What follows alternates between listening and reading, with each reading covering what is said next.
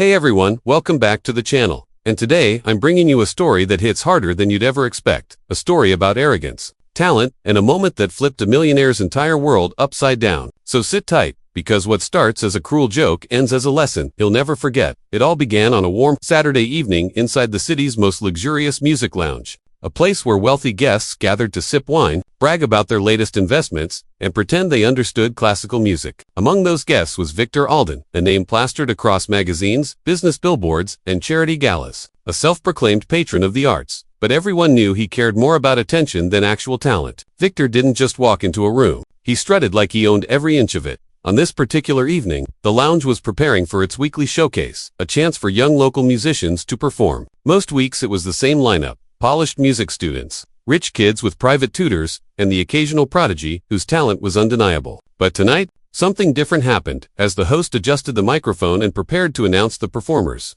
A small girl, no older than 11, stepped onto the stage, clutching a worn-out violin case to her chest. Her shoes were scuffed, her clothes clearly old, and her hair tied back in a messy ponytail. Some guests chuckled, others whispered, but one person laughed loudest. Victor Alden smirked, leaned back in his chair, and said loud enough for half the lounge to hear, "What's this? A charity case? Are we sponsoring orphans now?" People around him tried not to react, but his rude comment hung in the air like a bad smell. The little girl's hands stiffened around her violin case, but she didn't look up. She walked straight toward the stage with quiet determination, putting her case down gently, as though it held her entire world. The host cleared his throat, obviously uncomfortable, and announced, This is Lily Harper. She'll be performing a piece of her choice." Many guests shrugged, expecting nothing noteworthy, but Victor wasn't done. "Hey little girl," he called out. Lily froze. The host tried to intervene, but Victor waved him off and continued with a mocking grin. "I'll tell you what, if you can actually play something decent, maybe I'll adopt you. How does that sound?" The room gasped. A few people whispered, "Is he serious?" Another murmured, "That's too far." Lily stared at him, trembling, but her eyes didn't show fear. They showed something stronger, something sharp, something determined. She took a breath. "Sir," she said quietly, "I don't need anyone to adopt me, but thank you for listening." Her voice was small, but the entire room heard her. Victor snorted, waving his hand dismissively. "Oh, please, just play your little tune." The host tried again to intervene, but Lily had already turned back to her violin. She opened the beat-up case, revealing an equally worn instrument, scratches everywhere, strings slightly discolored, a bow that had seen better days. Victor shook his head. "This is going to be painful," he muttered, sipping his drink, but then Lily lifted the violin, tucked it under her chin, and closed her eyes. The room went silent. Her bow touched the string, and the world changed. A single note, pure, fragile, soft, floated through the air, like the beginning of a dream. Then another, and suddenly the entire lounge wasn't a lounge anymore. It felt like a cathedral, filled with something holy and bright. Her fingers danced with impossible grace. Her bow moved with a passion that didn't belong to an 11-year-old child, but to a soul that had lived through pain and beauty far beyond her years. It wasn't just music. It was emotion poured into sound. It was hope, stitched into melody. It was the kind of performance that makes your eyes sting before you realize you're crying.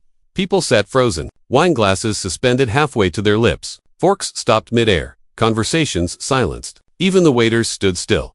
But the most stunned person in the room was Victor Alden. His smirk melted, his drink trembled in his hand. For the first time in years, the arrogant millionaire was speechless. Lily played a piece that no one recognized because it wasn't from a famous composer. It wasn't part of anyone's collection. It wasn't taken from sheet music. It was hers, something she had created, something raw and aching, something that felt like a story she couldn't tell with words. And when she reached the final note, a note so soft it felt like a whisper, the entire room stayed frozen for several seconds, scared to break the magic. Then, one by one, people rose to their feet.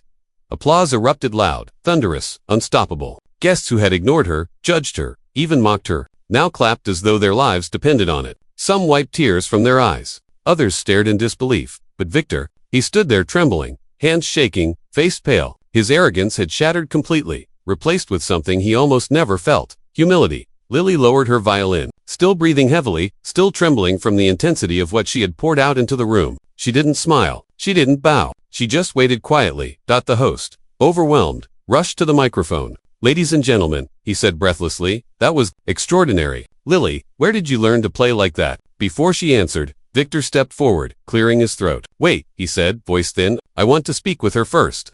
The room stiffened. People glared at him, silently daring him to insult her again. Victor walked toward the stage slowly, every step heavy, like he was carrying the weight of his own shame. When he reached her, he didn't smirk. He didn't joke. He didn't posture. Instead, he knelt, something no one had ever seen him do for anyone. "Lily," he said, voice shaking, I'm sorry. What I said was cruel. I shouldn't have mocked you." The audience watched, amazed. Victor continued, "That music. It was unlike anything I've ever heard. I mean it. I've seen musicians across the world, but you're something else." Lily looked at him calmly. "I didn't play to impress you," she said softly. "I played because music saved me. It's all I have." Those words hit him harder than any insult ever could. He swallowed. "Where are your parents?" he asked gently. Lily hesitated. "My mom passed away 2 years ago, and my dad, he's gone. I live with my aunt, but she works all day. I come here on weekends because they let kids audition. They said someday someone might notice me." Victor blinked rapidly, fighting emotions he wasn't used to feeling. "Lily," he said, regaining a bit of composure, I want to help you. I don't mean adopt you as a joke. I mean, really help you." The audience leaned in. Lily's eyes narrowed slightly, not out of anger, but caution. "Why?" she asked. "Why now?" Victor took a deep breath. "Because your talent deserves the world's attention. Because I was wrong about you. Because you reminded me why music matters." Lily stared at him for a long time. "You wanted to laugh at me," she said quietly. "You wanted to make people think I wasn't worth anything." Victor nodded, ashamed. "Yes, and I regret it." Another long pause. The audience held its breath.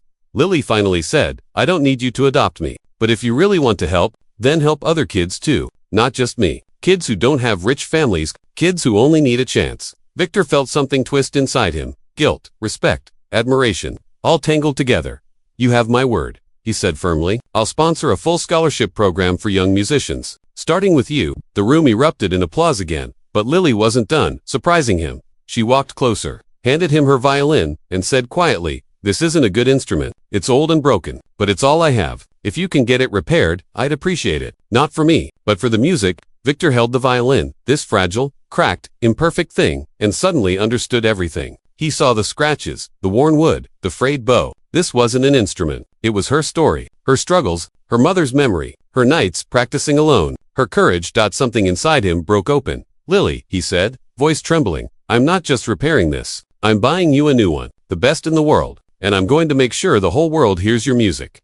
For the first time that night, Lily smiled. A small, shy smile, but powerful enough to melt even the coldest hearts. The host stepped forward. "Ladies and gentlemen, please give one final round of applause for the incredible Lily Harper." Thunderous applause shook the room. People rushed to congratulate her. Some asked for autographs. Others offered support.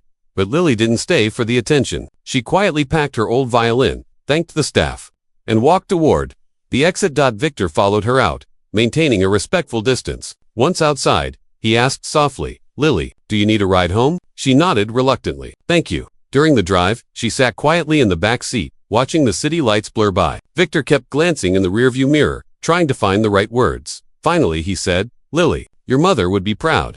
She looked down. "She used to say music was my superpower." She whispered, "I guess tonight." I believed her again. Victor's eyes softened. "Then I'm honored I got to witness it." They dropped her off at a small apartment complex where her aunt lived. Before she stepped out, Victor stopped her. "Lily," he said, "would it be okay if I visited tomorrow? I want to discuss your scholarship, and I want to meet the woman who raised such a brave girl."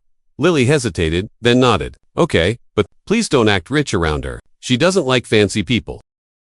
Victor laughed, genuinely for once. "I'll try my best." The next day, Victor arrived in simple clothes. No flashy watch, no expensive car. Lily's aunt, Miss Harper, a tired but kind woman, welcomed him awkwardly at first. But when Victor explained the scholarship, the repaired violin, and the foundation he planned to start, her eyes filled with tears. "Lily deserves a chance," she said softly. "Her mother would have thanked you." "No," Victor replied gently. "I should thank Lily. She changed me." And from that day forward, Victor kept his promise. He funded music programs for underprivileged children. He restored instruments. He built community centers, and Lily, her name soon traveled far beyond that little lounge. She played in concerts, recorded her own music, and touched hearts around the world. But she never forgot the night a millionaire mocked her, only to kneel before the power of her music. A night that proved real talent doesn't need wealth, it needs courage, and one little girl had more of that than anyone he had ever met.